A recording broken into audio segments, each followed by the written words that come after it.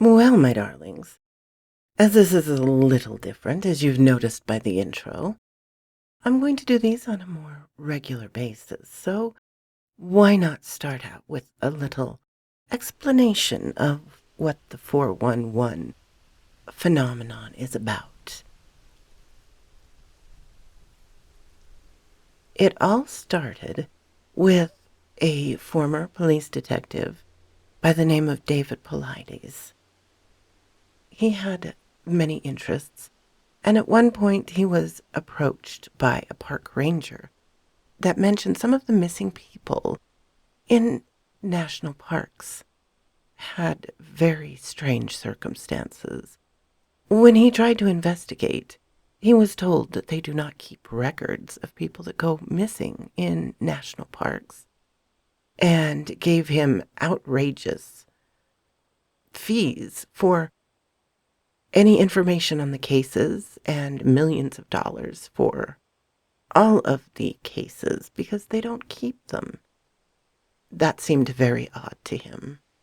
And so he started looking at these cases and digging at them from other directions to try and find them. He found a lot of very strange cases.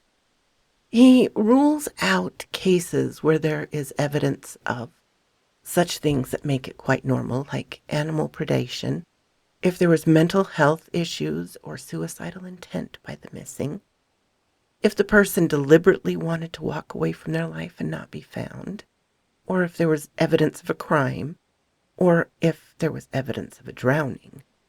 He said that cases might be included if there's one or more of the above, but there's still strange things going on. Here, a list of things that showed what was strange about them. Hints, criteria for these missing cases. People who go missing in national parks, largely around bodies of water, or near boulder fields.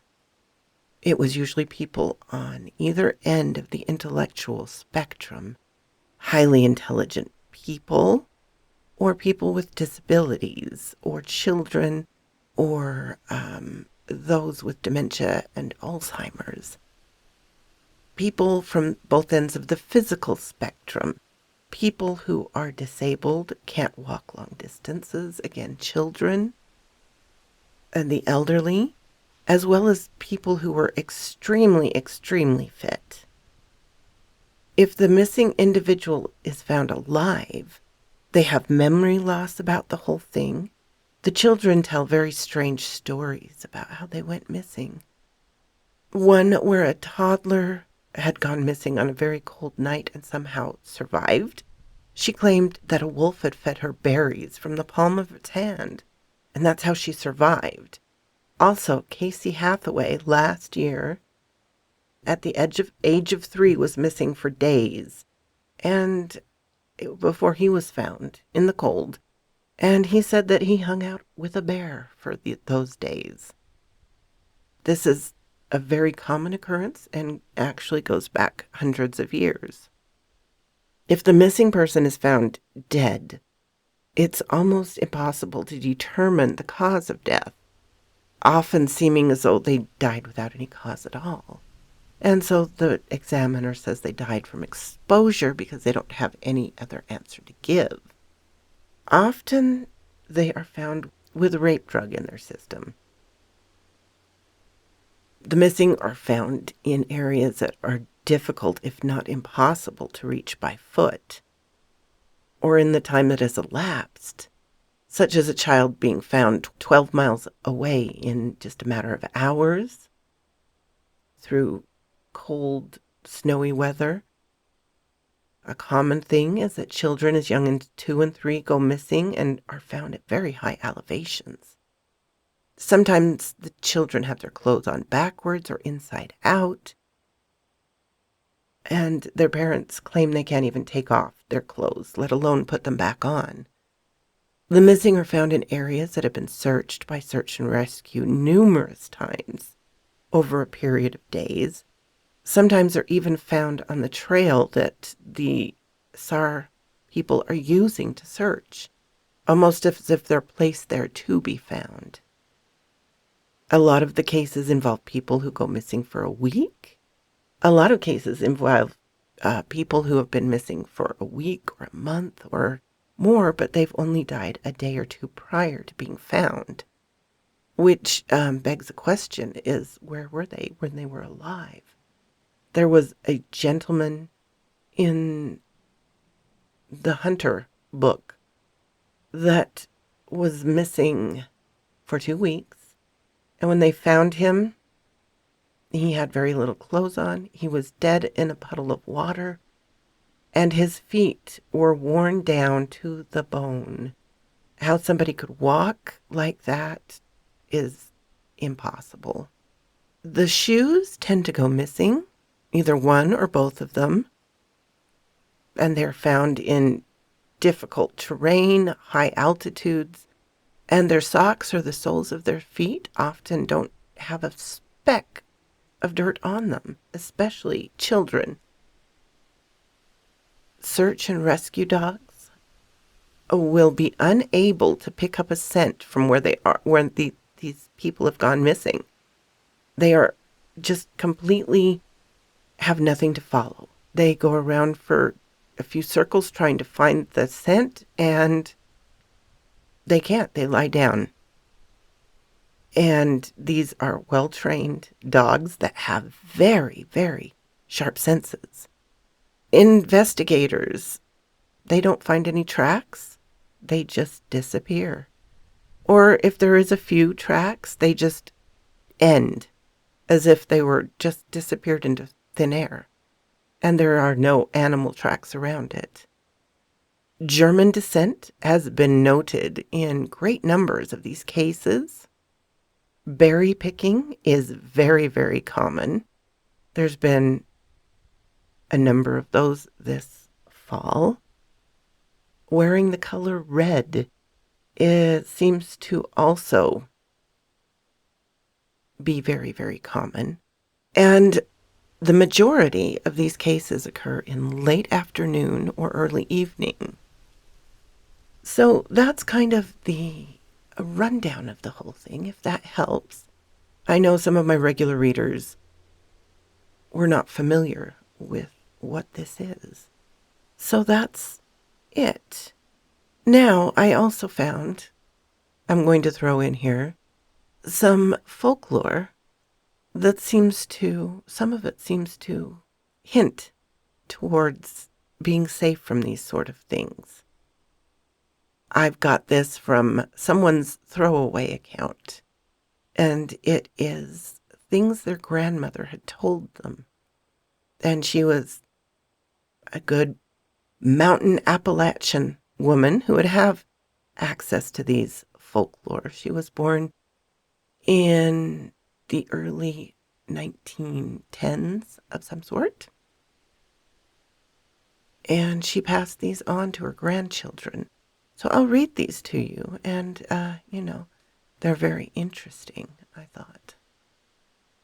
She buried metals at the four corners of her property. I don't remember exactly, but I think it was iron, copper, gold, and silver. The directions, I think, were north, iron, south, copper, east, gold, and west, silver. She loved trees, but would not allow trees to grow closer than 10 feet apart on her property. When I asked why, she said, "I like the trees, but I don't want my yard to be in the woods." She put lines of salt across the entryway to her home and at the gate into the fence around her property. Speaking of which, she maintained a fence around her entire property, about 2 acres. When I asked why, she said, "Good fences make good neighbors." There were no neighbors for hundreds of yards. One day I was stacking rocks. She knocked over all the stacks and told me, "Never stack 3 rocks together. If you find them stacked together in the woods, don't touch them." She told me I should never be in the shadow of a mountain in the blue hour at sunset, except in a place that is well kept, her yard and garden, as she defines well kept. And you can see that falls firmly into the pattern. She told me that if I felt uneasy in the woods during the daylight, to stand still and say, "I will walk here. It is my right." Being in the woods at night, on the other hand, she said, was stupid. She said not to wear bright colors in the woods, that things can see you same as people. She said also not to wear camouflage. You're not a tree, and you ain't fooling nobody. She herself wore old lady blouses in floral prints, so those were apparently acceptable. She told me to take berries from the verge in the sunlight, but never to eat berries that were in the deeper woods. She told me that if you see white berries, baneberries or doll eyes, obviously don't eat them, but also do not go near them. She actually told me to step back several steps after I spot them, without turning around, and then turn around and get away as fast as possible. I never knew why. She said that if you are walking along the bank of running water, make sure to turn away from the water and walk into the woods for a few feet sometimes, to stay on track. I'm not clear on what this means. If she found a ring of mushrooms in her yard, she would set a smoky fire in the middle. I don't know the logic behind this. Those, of course, are called fairy rings. She maintained a margin around her property where she didn't allow any plants besides grass to grow. If vines tried to grow in, she called them feelers and would set a fire in that area to burn them back. If you are lighting the night, make a light that does not cast shadows. If you can't, just leave it dark. A house should always have alcohol brewing in it, even if you don't drink it. She made blackberry wine and sold it. If you see a shadow that looks wrong, point at it and say, "I see you." Conversely, if you see glints of light or hear sounds that you don't recognize, never look for or follow them. If you smell dampness in a dry place, hold your breath and run. If you are carrying food from the car, never put it down outside the door. Go open the door, then go back and get it. Little me says, "So it doesn't get dirty?" And she said, "No, it's in a poke, but things might get in it." If you cut yourself, before you bandage it or wash off the blood, drip some on the ground outside your house. If you look at someone and feel queasy or disconcerted, then leave the situation immediately. Follow your instincts, folks. If someone smells like sour milk, don't let them in your house. If someone walks through your garden, even if you can't see any tracks, rake the path between the rows to settle it. The best place to sit outside is under a cedar tree. The worst place to sit outside is under a black gum tree. I don't know what makes it bad. Don't deviate from a path unless you have a very good reason for it. This means that her yard, despite being very green and alive, was covered in dirt paths where she would walk every day. Don't wear more rings than you have. She thought anyone married must wear their rings at all times. If you hear your name called and you don't recognize the voice, never answer. If it rains, but the wind doesn't blow, wait until dawn, noon, or sunset, whichever is next, before going outside. This next little bit is from Quora by an anonymous replier about what people matching the profile say before they go missing. These are phone calls that he's cobbled together, which is magnificent. props to Anonymous, as well as to the throwaway count before for the folklore. Polides says there's a series of cases he writes about in Missing 411, A Sobering Coincidence, where people make calls before they go missing, during the call. To quote him, sometimes the people get out, say a sentence. Sometimes they say something like, "Oh my God, where are you?" One person dialed 911 before he went missing. The call lasted 1 second, then the call dropped.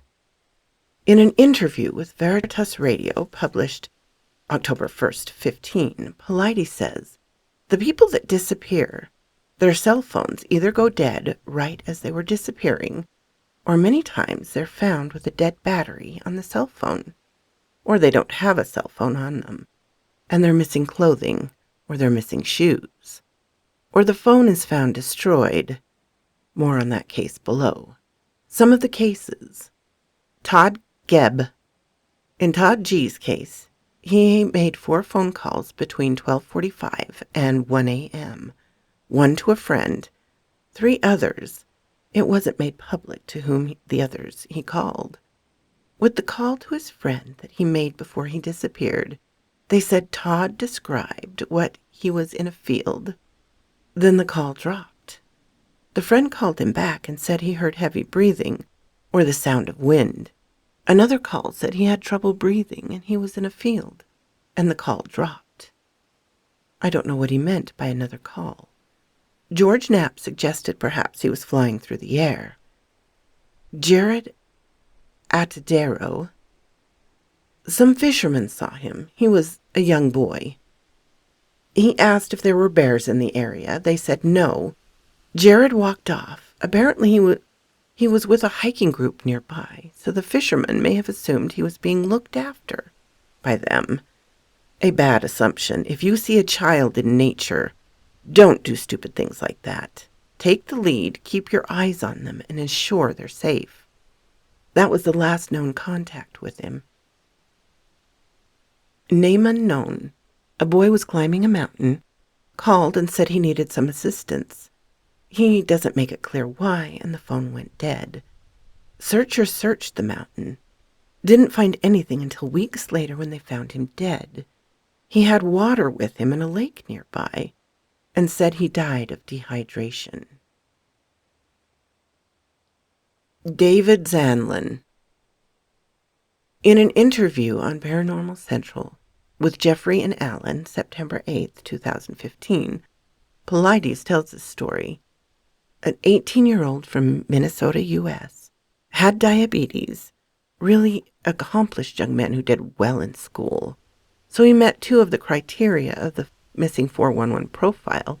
He had a disability, physical issue, and very smart. He went to a party. He leaves the party at 2 a.m. His friend Anna asked him where he was going and to come back. She drove towards him as he was walking. As they were talking, he says, "Oh my gosh, Anna, where are you? Help!" with his voice trailing off as he was talking.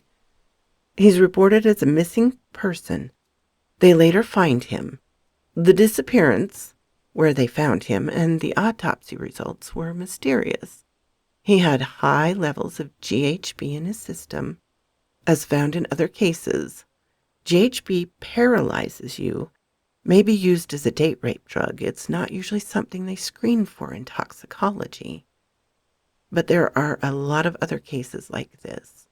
This is after he had, I wouldn't say exhausted the national parks and wild places, but that many instances in urban settings had started to show up and so shown similar properties. Cullen Finnerty. He was fishing. He called his wife and said he was being followed and was scared, and that he was taking his clothes off. His wife could hear heavy breathing, and he went missing. The police pinged his cell phone to send a signal to the cell tower so they could track his position. Each time it was pinged, the location sent back was farther away from the previous location, and he was found dead. And you can find this story in an interview on Paranormal Central with Jeffrey and Alan, September 8th, 2015, and Where Did the Road Go on December 20th, 2014. It's in his book, but the author does not know which one. William Hurley, in an interview with Veritas Radio, published October 1st, 2015, Polides shares this case. It's also in his book, Missing 411, A Sobering Coincidence. Will was at a sporting game watching with a friend. He left early to get sleep for work the next day. His girlfriend Claire was coming to pick him up. She asked him where he was. He said, quoting Polides, "Okay, I'm not 100% sure where I am." Someone in the background said, "You're at 99 Nashwood Street." Will said, "Hey, I think my cell battery is about to go dead." It goes dead and she loses contact with him. Claire turns the corner to his location and his phone goes dead. She was close and couldn't see him. She filed a missing person report the following day. Will isn't found, but his phone is found smashed to pieces. They identified it with a serial number. They didn't say where it was found. 6 days later, they found Will's dead body in the water. And water is a huge thing. Apparently, there is a whole series that happens around a canal in England. Next, we have Brandon Swanswan. This was mentioned on episode 4 of Into the Fray Radio in October of 2015. Brandon's car got stuck. He called his parents to pick him up. He said to them that he could hear water, yells, "Oh shit," and the phone goes dead. His car was found far away from where he told his parents he was.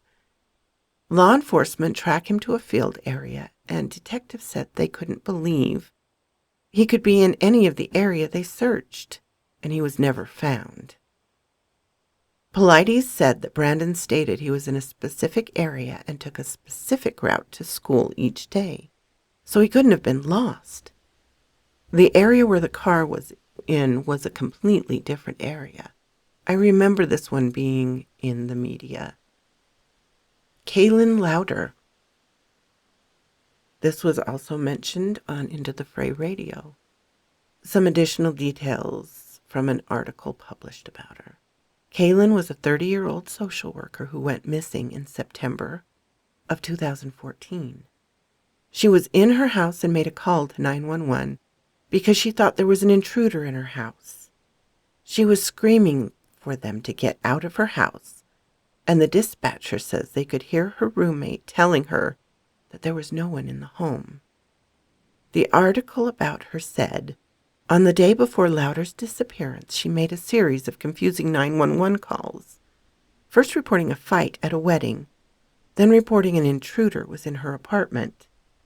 Police investigated both alleged crimes, but found no evidence to support either of them. The police have been unable to determine a cause or manner of death. There was a video of her walking her dog and talking to someone who was not there. Kaylin leaves her home barefoot while it was raining, without her car, keys, or wallet, and is later found dead in a river. There was a small creek near her house that led to the Jordan River, but detectives stated and proved that there wasn't enough water to wash her to the river, where she was found even if she was unconscious. So how she got to her apartment complex where she was eventually found is unknown. The interviewer speaking with Polides says that it's proven that some of these people in these cases whose phone calls said unusual things have seen things that are not normal, something that frightens them, and it seems almost like the confusion leads them to a certain location and away from safety. Polides said he didn't know what to make of it. Pilates wasn't sure whether to include this case in his books, but did because it matches so many of the profile points. Bad weather and found in a river. I must say that her story also reminds me a great deal of the very mysterious Elisa Lam disappearance and death. I hope you all enjoyed this. I do find this intriguing, and I'm not sure what to make of it all. I must admit the Fae theory is a favorite of mine, whether true or not, simply because that's an interest of mine. Many believe it is Bigfoot, UFOs, who knows what. Many thinks it's nothing. That he's making a mountain out of a molehill or changing the facts or whatever else. And you're all free to believe what you like. But I think I will continue to do this series. I have some recent cases in the last year or so, I'm putting together for my next video on this. I hope you enjoy. I'm so glad you came to listen. It means so much to me. And a big thank you to my Patreon supporters, Ermin, Darren and Jennifer, Laura, and Charlotte Emerson. If you like this, please hit the little button to let me know. If you didn't, hit the little button to let me know. Leave a comment. I'm always glad to talk with you, my darlings. I'm open to suggestions and criticisms, critiques. If you have not subscribed, please do so and ring the little bell so you know when to come up and see me. And I will talk to you next time, my darlings. Farewell.